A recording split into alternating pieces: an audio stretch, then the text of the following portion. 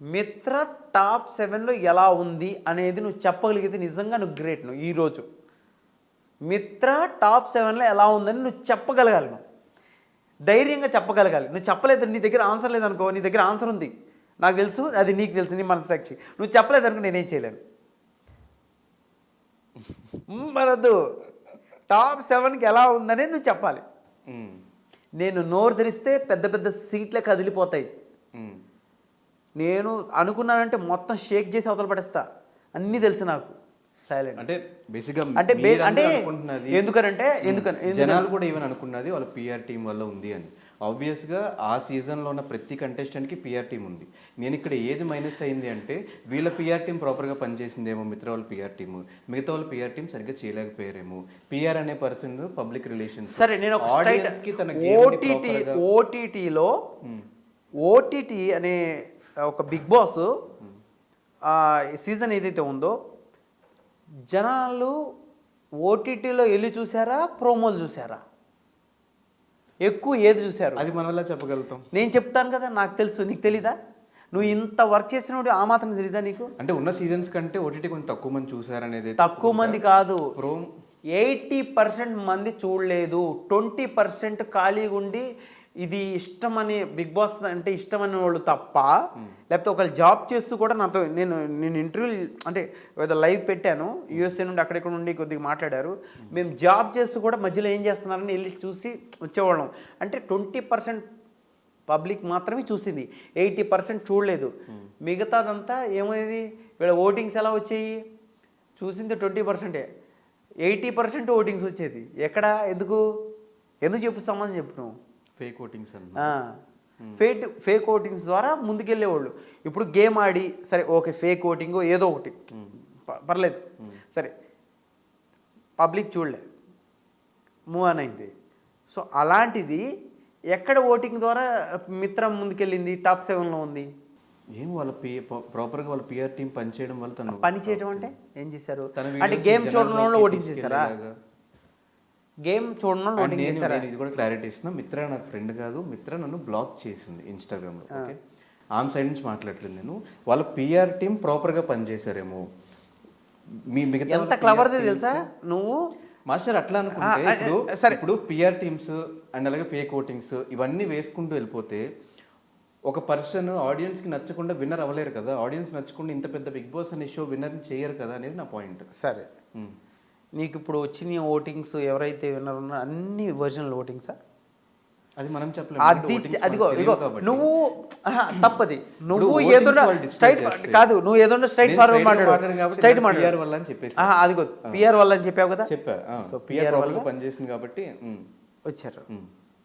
అంటే ఏమీ గేమ్ ఆడకుండా, ఏమీ చేయకుండా విన్నర్ అవటం అనేది డబ్బులు ఖర్చు పెట్టి, సరే ఇంక కొన్ని మాట్లాడితే వేరే అయిపోతుంది, ఇవన్నీ చేసి విన్ అయిపోవటం అంటే మనం అలాంటప్పుడు ఇప్పుడు నేను 85 కిలోలు 87 కిలోలు ఉండేవాడిని 67 కిలోలకు వచ్చేసాను. అంటే గేమ్ ఆడటం కానీ అటు వీళ్ళందరినీ చూసుకో. ఇప్పుడు ఏమైనా ఎస్కర్షన్ బిగ్ బాస్ అనేది పనులు చేయాలి, గేమ్ ఆడాలి, ఎంటర్టైన్మెంట్ ఇవ్వాలి, ఎవ్రీథింగ్ ఇవ్వాలి.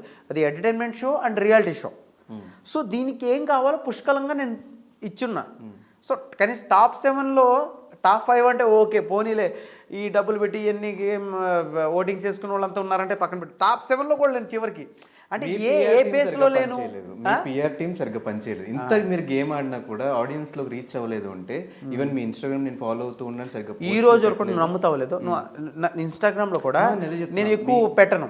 అంటే నాకు ఏంటంటే ఏదన్నా ఎప్పుడన్నా షేర్ చేయాలనిపిస్తే మనసుకి పెడతాను తప్ప ఈ రోజు గేమ్ ఆడిన టైంలో కూడా మీ పిఆర్ టీం సరిగ్గా పనిచేయలేదు. ఓకే సరే, అది అగ్రీ చేస్తాను, అది పక్కన పెట్టు.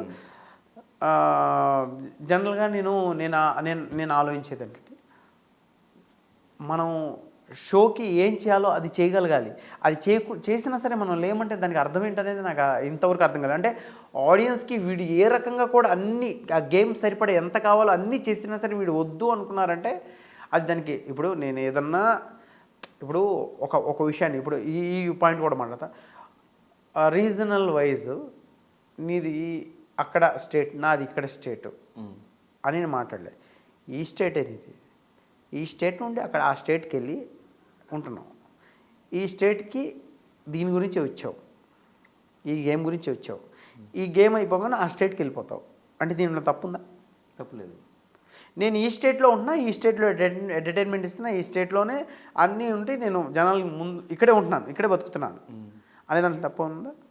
తప్పులేదు. బట్ మీరు ఆ పాయింట్ చేయడం కూడా నాకు ఆ టైంలో పెద్దగా నచ్చలేదు. అంటే చెప్పు, దేనికి నచ్చాలి అది? యాక్చువల్లీ దేనికి నచ్చలేదు అంటే ఈవెన్ నాగార్జున గారే చెప్పారు మీకు ఆర్టిస్ట్. అదే నాగార్జున గారు చెప్పిందే నాకే నచ్చలేదు. నాగార్జున గారు చెప్పిందే నాకే నచ్చలేదు. ఈ రోజు వరకు కూడా నేను ఆయన ఎప్పుడు ఒకవేళ ఫ్యూచర్లో వెళ్ళినా బిగ్ బాస్కి, లేదా ఆయన బయట కలిసిన నేను అడిగే రెండు క్వశ్చన్స్. ఇప్పుడు ఈ పాయింట్లో ఆయన ఇది చెప్పాడు, అసలు ఇది నేను మాట్లాడింది వేరు, అక్కడ ప్రొజెక్ట్ చేసి నాకు చెప్పింది వేరు. ఆ టైంలో నేను బ్లాంక్లో ఉన్నా. ఇప్పుడు నేనేమన్నా ఆయన క్వశ్చన్స్ వేసి ఇంకేదన్నా అన్నాను అనుకో, నన్ను అవుట్ చేస్తారు గేమ్ నుండి. సరే ఏదో ఒకట తిట్టుకొని ఏమన్నా అని అనుకున్నా, ఆయన తిట్టి నన్ను బయటకు పంపించారు. కానీ ఒక సెకండ్ నేను పంపిస్తున్నారు ఇది సిచ్యువేషన్ అని చెప్తే ఆ లెక్కలు మారిపోయాయి. అంతెందుకు మొన్న నీతోనే డ్యాన్స్ అప్పుడు తరుణ్ మాస్టరు ఫస్ట్లో అంతా బాగానే ఉండేవాడు, ఎక్కడో ఎవరికో ఎవరి వైపు వెళ్ళిపోయాడు. ఇంకా అదేం మాట్లాడద్దు, ఎవరి వైపు వెళ్ళిపోయాడు, మార్కులు తగ్గించటం. నేను జడ్జినే, ఆయనకన్నా ఎక్కువ రియాలిటీ డ్యాన్స్ షోలు డైరెక్షన్ చేశాను, జడ్జిగా చేశాను, అన్నీ చేశాను. ఆయనకన్నా ఎక్కువ చేశాను. సినిమాలో ఆయన ఎక్కువ చేయొచ్చు, పాపం సీనియర్ ఆయన. కానీ టీవీకి సంబంధించిందంటే ఐఎమ్ ద వన్, ఈ రియాలిటీకి సంబంధించి నేను ఎక్కువ ఉన్నోని. సో ఆయన మార్కులు తగ్గించడం మొదలుపెట్టాడు. నాకు అర్థమైపోయింది. సెమీఫైనల్లో కూడా టాప్ 4లో పెట్టాడు, ఫైనల్లో కూడా పెడితే నేను చెప్పాను, ఇదే కనుక ఫైనల్లో ఉన్నా ఇప్పుడు మేము అంత కష్టపడి వస్తాం. నాకు తెలుసు రియాలిటీ ఇది ఏం గెలవాలి ఏంటని. ఇదే సిచ్యువేషన్లో ఉంటే మేము ఆడి కూడా వేస్ట్, మీ జడ్జిమెంట్ నాకు నచ్చలేదు, నేను వెళ్ళిపోతా అని చెప్పిన.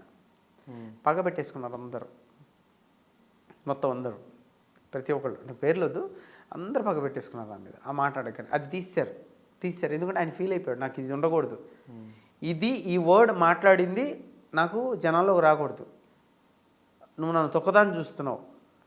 ఆ రోజుల్లో ఆమె సరోజ్ ఖానే తను తొక్కడానికి చూసింది, తొక్కలేకపోయింది. అరే ఏమో ఎక్కడ దాకా వెళ్ళిపోయాడు ఆయన. సరోజ్ ఖాన్ ఎక్కడ, నేనెక్కడా, అసలు ఈ పాయింట్ ఏంటి, ఆయన ఏం మాట్లాడుతున్నాడు ఆయనకి అర్థం కాలే. నేను అడిగిన క్వశ్చన్ ఇదే, మీరు జడ్జిమెంటు అందరు మార్కులు రాధా భాగిస్తుంది, రాధా గారు అండ్ సదా భాగిస్తుంది పర్ఫెక్ట్గా, ఎంత ఇవ్వాలంతే. నాకేదో మొత్తం ఇచ్చేయాలి కాదు, నేను ఎంత చేస్తే అంతెందుకు, నాది బాగోనప్పుడు సైలెంట్ ఉంటున్నాను, ఎవరిదైనా బాగొస్తే నేను 100 ఇస్తున్నాను, 10కి 10 ఇస్తున్నాను. సో అలా నేను నా మైండ్ సెట్ ఉన్నప్పుడు అది జడ్జిగా మీరు కూడా అలానే ఇవ్వాలి. మీరు కావాలని తగ్గించుకుంటే ఆటోమేటిక్గా నేను అడుగుతాను కదా, అంత కష్టపడి నేను వచ్చి పర్ఫామ్ చేయాల్సిన అవసరం ఉంది.